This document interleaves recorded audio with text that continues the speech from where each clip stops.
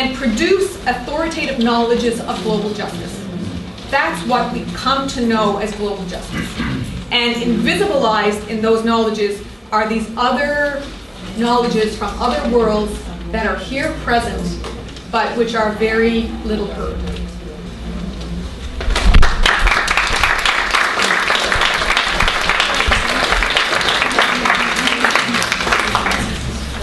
Thank you, Janet. I think that presentation really made clear to us the sort of importance of, when we think of these questions, to bear in mind that long history of European colonialism and the way that this impacts on what we see and hear and what we don't see and what we don't hear, and to be mindful of this. Now I'm going to hand over to Rose Brewer from the Gender Justice Working Group of the US Social Forum. Thanks. I'd also like to thank the Tunisian host for what has been a very powerful forum and the hospitality that has been extended to all of us. So let's give them another hand.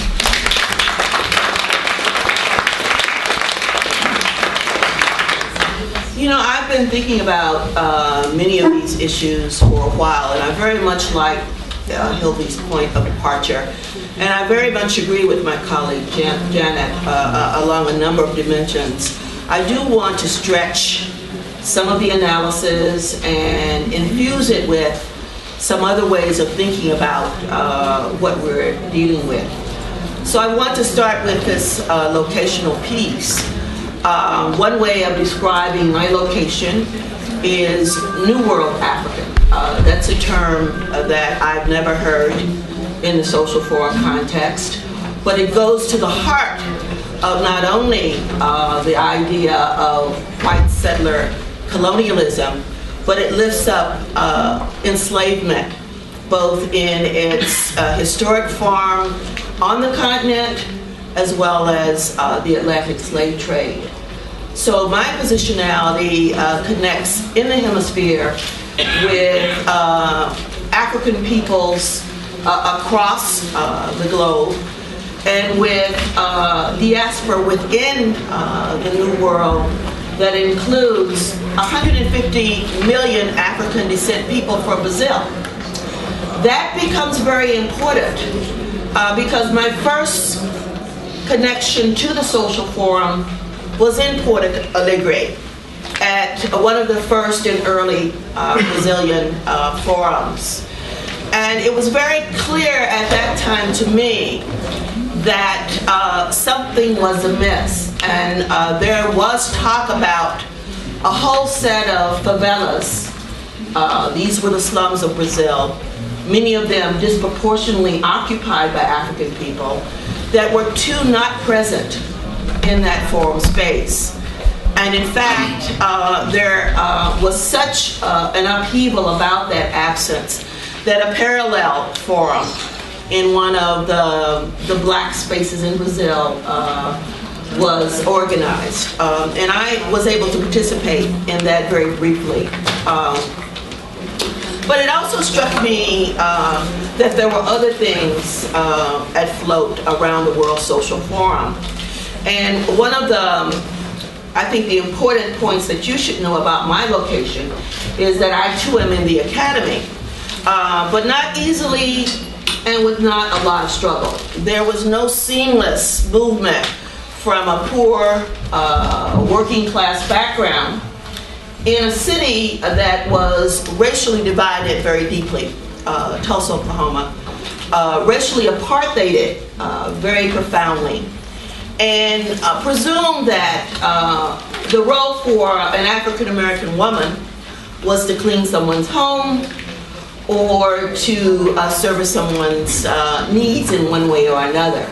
But internally, there was certainly a great support for education and for the recognition of the kind of knowledges that were indigenous to my community. A community that was hybrid along Native, African, and European lines. So I bring all of that in this space, not a simple set of positionalities, but a complicated set of positionalities. And certainly that's overlaid by class at this point. I'm in the academy. I have resources to get here. And I come with two delegations. One, Grassroots Global Justice. I want to say a little bit about that delegation. And the other, the Gender Justice Working Group from the United States Social Forum. And both of those delegations have attempted to do another kind of intervention. That is, in the early days of the forum, the big NGOs from the United States dominated, and I dare say they are highly present here. I'll just leave it there.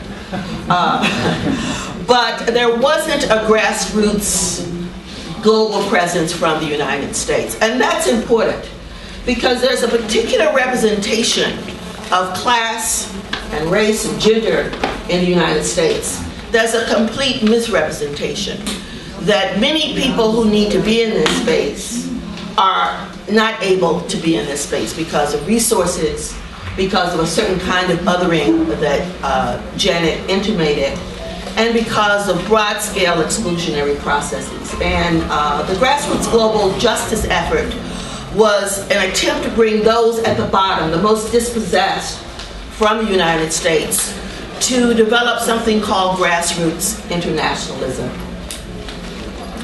So that was an important intervention. The United States Social Forum, which was relatively late in a regional forum, also understood, because of the legacies of white supremacy, patriarchy, class-based injustice rooted in capitalism at the heart of its capitalist center, had to be about an intentionality where the organizing of that forum, the decision-making of that forum, would not be superseded by a European-centered approach to that forum. And so the first forum held in the United States, in the belly of the beast, where all of these systems are at play, that forum was held in Atlanta, Georgia, the year after Katrina hit, where the poorest and most dispossessed African descent and white poor people were left bereft in the wake of Hurricane Katrina. And that particular travesty was brought into the heart of the organizing of that forum. The National Planning Committee represented a set of grassroots organizations. So there was a real awareness from having attended earlier forums where there was an exclusivity around large NGOism, and the recognition that something had to be done differently. Not simply, not easily, but differently. That brings me to my third point. And that point has to do with knowledge for whom and how the social forum moves as a movement space globally and in the context of society like the United States. I come out of a radical, anti-capitalist, black feminist set of sensibilities. And those discourses and that way of producing knowledge has been very poorly represented in these spaces. Let me give you some of the primary principles. And one of the core principles is an intersective principle. This is not a principle that says we look at class bereft of its connections with racism and sexism, but integral to those systems are their interconnections, their interconnectivity. And this is beyond a simple pluralism, that these systems work in deep accord with one another, and they have to be understood in that way. A second principle of this kind of knowledge production is a direct intervention against this kind of dichotomous, oppositional thinking about the world. Now, you might say that that is deeply rooted in an indigenous sensibility, that it's not an either-or sensibility, and it's not a sensibility that is simply located in what we call traditional indigenous peoples, but in peoples who have had to fight and resist Eurocentrism. To be able to think in a both-and way is very, very important and powerful. And so you don't think autonomously about the isms, but you think in an interconnected way about those isms. They operate simultaneously, they operate relationally, they operate in deep interconnectivity with one another. And that's a language, this intersectional language, that's slowly beginning to find its way into a forum space. But it doesn't have, I think, its origin points. It doesn't rise up the visibility of its locational piece. And I think it could, in fact, destabilize and be a very useful intervention in how we begin to decenter some of the traditional ways of articulating change. I want to make a final point. My time is about up. But as I've struggled, I've not struggled solely on the grounds of the academy. As a matter of fact, I've never thought of myself as an insider because I've never been completely an insider. It's an impossibility. The academies in the United States are not set up for black women insiderism. But I have always connected to what I've considered some of the leading thinkers and the leading organizations that have thought about this issue that we're talking about for a very long time. And I want to lift up the work of Project South. So it's not simply a matter of replacing or deplacing or even critiquing Eurocentric knowledge.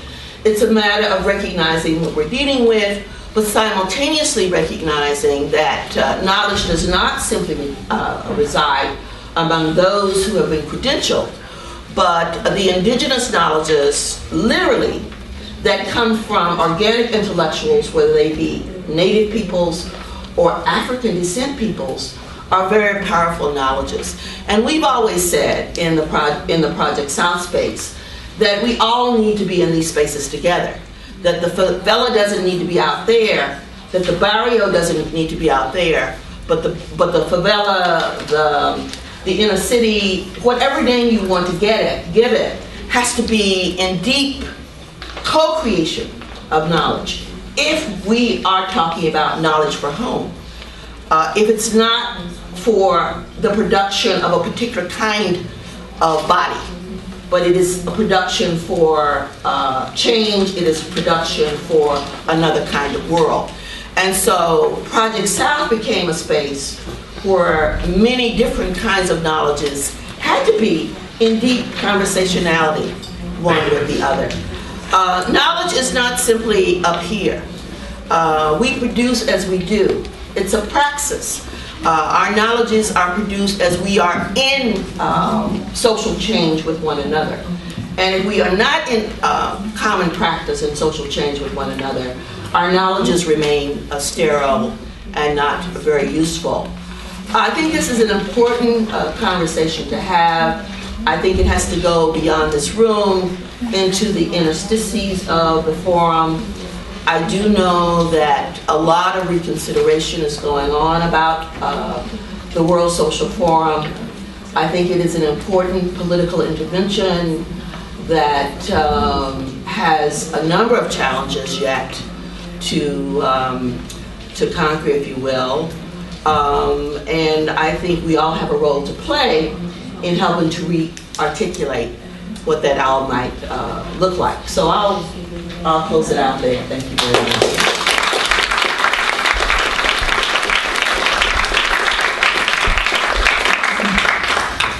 Thank you, Rose, for that really great kind of both overview of how the long history of colonialism relates to the experiences and struggles of Afro-descendants around the world, the exclusion of black people and Afro-descendants within the spaces of the forum, the relationship between these sort of issues around being an insider and outsider in the academy.